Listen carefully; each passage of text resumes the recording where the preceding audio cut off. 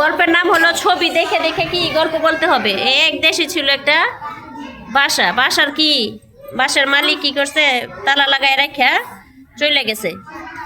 যখন চলে গেছে তখন কি করছে, ইঁদুরগুলা ছিল যে বাসার, ইঁদুরগুলা বের হয়েছে। বের হয়ে কি করছে দেখো, খেলাধুলা করতেছে এই ছবির মধ্যে। তারপরে কি করছে, এনে খেলতে খেলতে কি করছে, এই যে এরা জিনিসগুলা ছিল গুছায় রাখছিল, এখান থেকে একটা বোতল ফালাই দিছে। যখন বোতল ফালাই দিছে, আর যখন ইঁদুরগুলা বাইর হয়েছে তখন একটা বিড়াল আইসা ঢুকছে ঘরের ভিতরে। ঘরের ভিতরে কে ঢুকছে? এই যে দেখো, এই বিড়ালটা আছে না ঘরের ভিতরে আইসা ঢুকছে।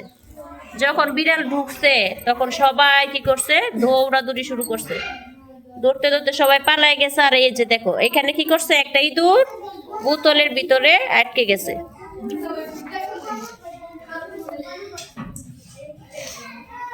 এখন বোতলে আটকে যাওয়ার পরে ইঁদুর বিড়ালে কি করছে, হাত দিয়া ধরতে চাইতেছে। বিড়ালে মুখ দিয়ে কেন ধরছে না বলো?